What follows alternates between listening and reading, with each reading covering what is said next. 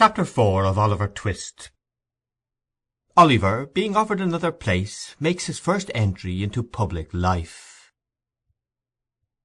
In great families, when an advantageous place cannot be obtained, either in possession, reversion, remainder, or expectancy, for the young man who is growing up, it is a very general custom to send him to sea.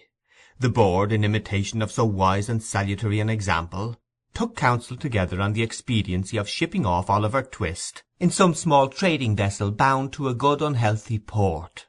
This suggested itself as the very best thing that could possibly be done with him, the probability being that the skipper would flog him to death in a playful mood some day after dinner, or would knock his brains out with an iron bar, both pastimes being, as is pretty generally known, very favourite and common recreations among gentlemen of that class.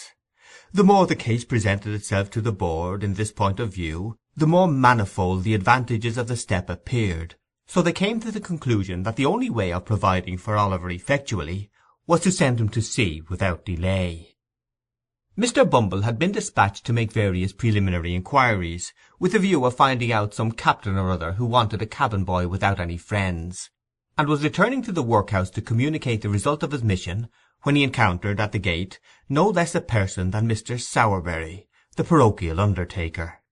Mr. Sowerberry was a tall, gaunt, large-jointed man, attired in a suit of threadbare black, with darned cotton stockings of the same colour, and shoes to answer. His features were not naturally intended to wear a smiling aspect, but he was in general rather given to professional jocosity. His step was elastic, and his face betokened inward pleasantry as he advanced to Mr. Bumble and shook him cordially by the hand. "I've taken the measure of the two women that died last night, Mr. Bumble," said the undertaker. "You'll make your fortune, Mr. Sowerberry," said the beadle, as he thrust his thumb and forefinger into the proffered snuff-box of the undertaker, which was an ingenious little model of a patent coffin. "I say, you'll make your fortune, Mr. Sowerberry," repeated Mr. Bumble, tapping the undertaker on the shoulder in a friendly manner with his cane. "Think so?" said the undertaker, in a tone which half admitted and half disputed the probability of the event. "The prices allowed by the board are very small, Mr. Bumble." "So are the coffins," replied the beadle, with precisely as near an approach to a laugh as a great official ought to indulge in. Mr. Sowerberry was much tickled at this, as of course he ought to be, and laughed a long time without cessation. "Well, Mr. Bumble," he said at length, "there's no denying that since the new system of feeding has come in, the coffins are something narrower and more shallow than they used to be. But we must have some profit, Mr. Bumble. Well-seasoned timber is an expensive article, sir, and all the iron handles come by canal from Birmingham." "Well," said Mr. Bumble, "every trade has its drawbacks. A fair profit is, of course, allowable." Of course," replied the undertaker, "and if I don't get a profit upon this or that particular article, why, I'll make it up in the long run, you see." "Just so," said Mr. Bumble. "Though I must say," continued the undertaker, resuming the current of observations which the beadle had interrupted, "though I must say, Mr. Bumble, that I have to contend against one very great disadvantage, which is that all the stout people go off the quickest. The people who have been better off and have paid rates for many years are the first to sink when they come into the house. And let me tell you, Mr. Bumble, that 3 or 4 inches over one's calculation makes a great hole in one's profits, especially when one has a family to provide for, sir." As Mr. Sowerberry said this with the becoming indignation of an ill-used man, and as Mr. Bumble felt that it rather tended to convey a reflection on the honour of the parish, the latter gentleman thought it advisable to change the subject. Oliver Twist being uppermost in his mind, he made him his theme. "By the by," said Mr. Bumble, "you don't know anybody who wants a boy, do you? A parochial prentice who is at present a dead weight, a millstone, as I may say, round the parochial throat. Liberal terms, Mr. Sowerberry, liberal terms." As Mr. Bumble spoke, he raised his cane to the bill above him, and gave 3 distinct raps upon the words £5, which were printed thereon in Roman capitals of gigantic size. "Gad so," said the undertaker, taking Mr. Bumble by the gilt-edged lapel of his official coat, "that's just the very thing I wanted to speak to you about. You know, dear me, what a very elegant button this is, Mr. Bumble. I never noticed it before."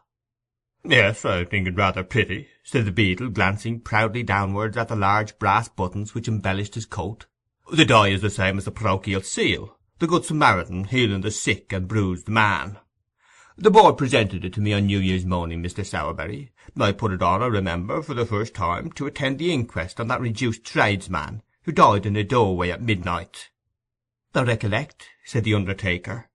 The jury brought in died from exposure to the cold, and wanted the common necessaries of life, didn't they? Mr. Bumble nodded.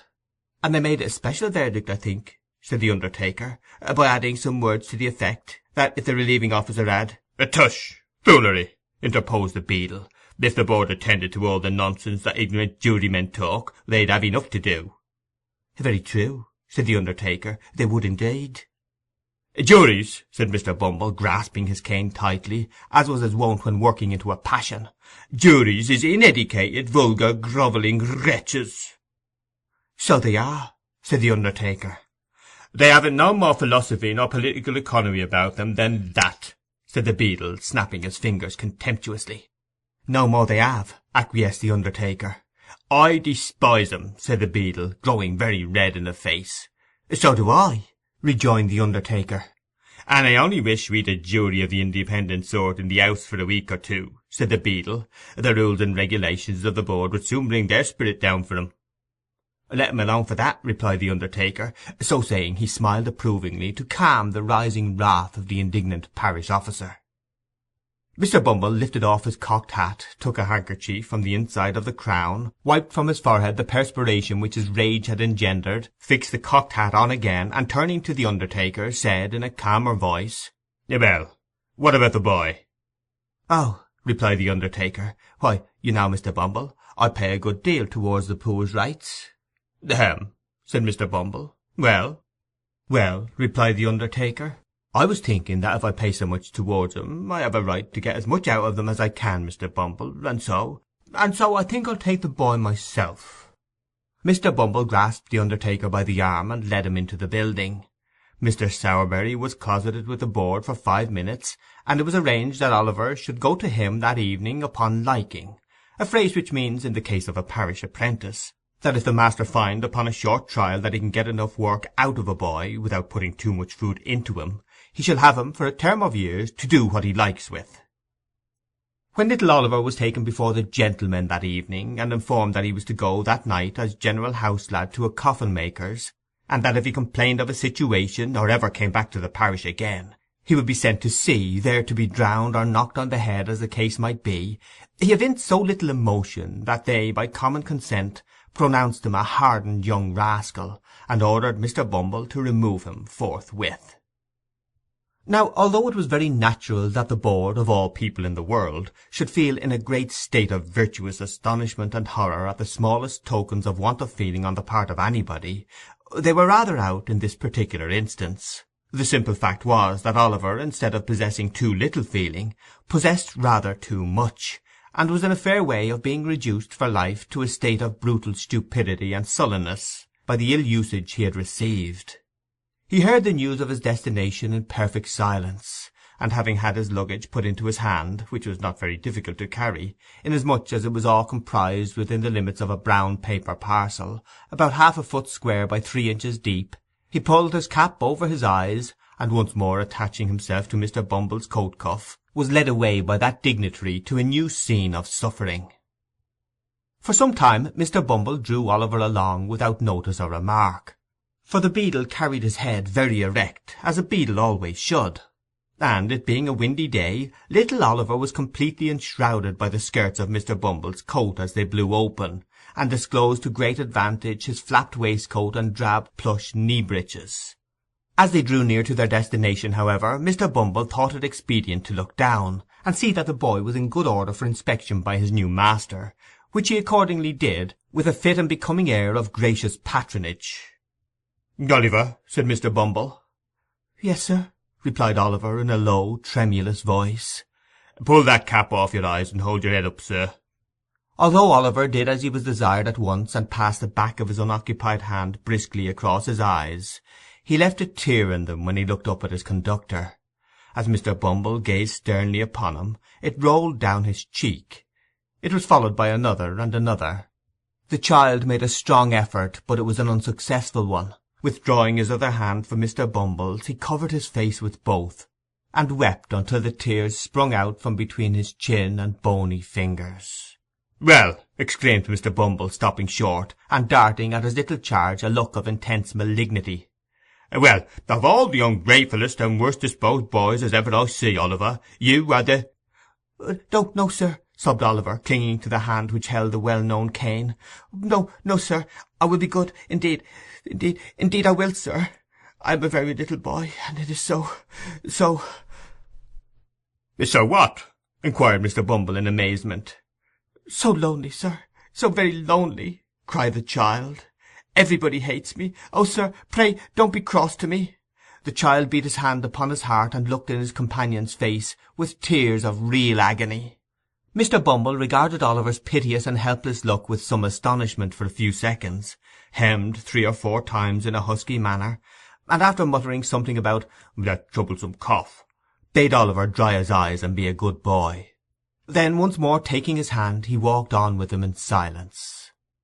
The undertaker, who had just put up the shutters of his shop, was making some entries in his day-book by the light of a most appropriate dismal candle, when Mr. Bumble entered. "Aha!" said the undertaker, looking up from the book, and pausing in the middle of a word. "Is that you, Bumble?" "No one else, Mr. Sowerberry," replied the beadle. "Here, I've brought the boy." Oliver made a bow. "Oh, that's the boy, is it?" said the undertaker, raising the candle above his head to get a better view of Oliver. "Mrs. Sowerberry, will you have the goodness to come here for a moment, my dear?" Mrs. Sowerberry emerged from the little room behind the shop, and presented the form of a short, thin, squeezed-up woman, with a vixenish countenance. "My dear," said Mr. Sowerberry deferentially, "this is the boy from the workhouse that I told you of." Oliver bowed again.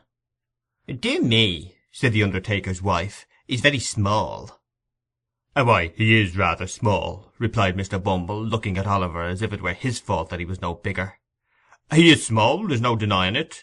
But he'll grow, Mrs. Sowerberry, he'll grow." "Ah, I daresay he will," replied the lady pettishly, "on our victuals and our drink. I see no saving in parish children, not I, for they always cost more to keep than they're worth. However, men always think they know best. There, get downstairs, little bag of bones." With this the undertaker's wife opened the side door and pushed Oliver down a steep flight of stairs into a stone cell, damp and dark, forming the anteroom to the coal cellar and denominated kitchen, wherein sat a slatternly girl in shoes down at heel, and blue worsted stockings very much out of repair. "Here, Charlotte," said Mrs. Sowerberry, who had followed Oliver down, "give this boy some of the coal bits that were put by for Trip. He hasn't come home since the morning, so he may go without them. I daresay the boy isn't too dainty to eat them, are you, boy?" Oliver, whose eyes had glistened at the mention of meat, and who was trembling with eagerness to devour it, replied in the negative, and a plateful of coarse, broken victuals was set before him. I wish some well-fed philosopher, whose meat and drink turn to gall within him, whose blood is ice, whose heart is iron, could have seen Oliver Twist clutching at the dainty viands that the dog had neglected. I wish he could have witnessed the horrible avidity with which Oliver tore the bits asunder with all the ferocity of famine. There is only one thing I should like better, and that would be to see the philosopher making the same sort of meal himself, with the same relish. "Well," said the undertaker's wife when Oliver had finished his supper, which he had regarded in silent horror and with fearful auguries of his future appetite, "have you done?" There being nothing eatable within reach, Oliver replied in the affirmative. "Then come with me," said Mrs. Sowerberry, taking up a dim and dirty lamp and leading the way upstairs. "Your bed's under the counter. You don't mind sleeping among the coffins, I suppose? But it doesn't much matter whether you do or don't, for you can't sleep anywhere else. Come on, don't keep me here all night." Oliver lingered no longer, but meekly followed his new mistress. End of chapter 4